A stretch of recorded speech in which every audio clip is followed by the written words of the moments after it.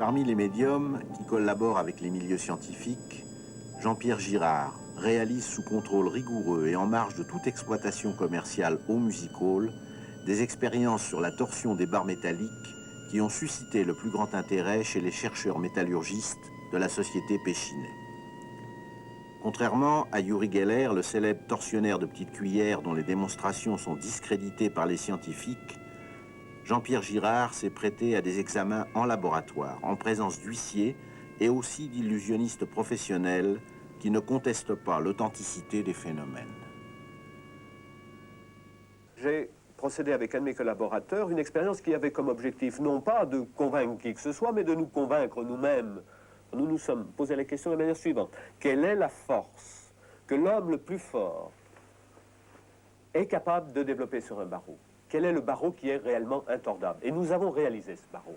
Et cette barre-là, vous l'avez ici. En effet, ce matériau a été réalisé spécialement pour l'expérience et nous avions vérifié auprès d'un haltérophile qui faisait 140 kg qu'il était totalement impossible de le déformer.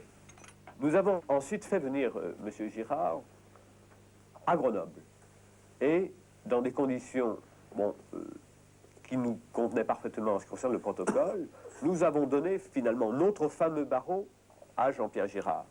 Et ici, à 4 reprises, par simple imposition de la main, nous avons vu, nous n'en croyons pas nos yeux, bien évidemment, ce barreau s'est déformé à 4 reprises avec les flèches, les déformations que vous voyez ici. Tous les experts illusionnistes qui ont testé Jean-Pierre Girard affirment que ces expériences sont absentes de toute fraude. Il est actuellement le seul au monde à avoir modifié la structure interne de barreaux d'alliage insérés dans des tubes de verre scellés.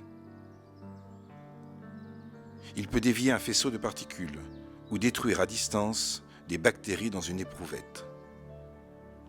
Aujourd'hui, en 2008, les scientifiques n'ont toujours pas d'explication sur le mécanisme de ces phénomènes.